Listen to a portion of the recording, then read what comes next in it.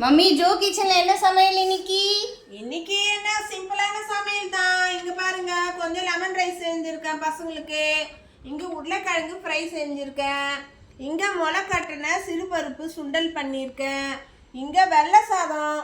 இங்க எல்லாம் இரும்பலுக்கு பாருங்க, நல்ல தண்ணியா மிளகு சாம்பார், மிளகு பூண்டு சாம்பார் தண்ணியா வச்சிருக்கேன். இந்த மாதிரி சுட சுட சாதத்துல சுட சுட சாம்பார் ஊற்றி சுட சுட சாப்பிடுங்க. ரொம்ப நெஞ்செல்லாம் ரொம்ப இதமாக இருக்கும். இது தொண்டைக்கு இதமாக மிளகுலாம் வச்சு புதினா கொத்தமல்லிலாம் வச்சு தொகையில் இருக்குது.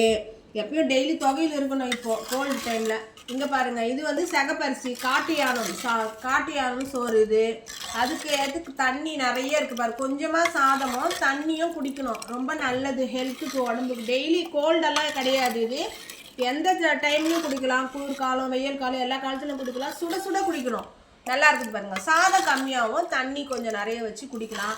இல்லை சாதம் சாப்பிட்றவங்க வடித்து நல்லா குழம்பு ஊற்றி ரசம் ஊற்றி சாப்பிட்லாம். இங்கே பாருங்கள், சாதம் கொஞ்சமாக நல்லாயிருக்கும், நல்லா வெந்து நல்லா இது பாருங்கள், நல்லா வெந்திருக்கு பாருங்கள். சாதம் வேகலைன்னு சொன்னாங்க, எப்படி இது ப்ராசஸ்ன்னு எனக்கு கேட்டாங்க. ஈஸி. எங்கே பாருங்கள், நல்லா வெந்துடும். இதை சுட சுட ஒரு 2 டம்ளர் குடிச்சோம்னா ரொம்ப நல்லதுங்க, இந்த தொகையில் வச்சுட்டு. அவ்வளோதாங்க இன்னைக்கு ஜோ கிச்சனில் சமையல். எல்லாரும் சாப்பிட்டுட்டு ஜோ கிச்சனை சப்ஸ்கிரைப் பண்ணுங்கள், ஷேர் பண்ணுங்கள், லைக் பண்ணுங்கள். இன்னொரு வீடியோவில் பார்க்கலாம்.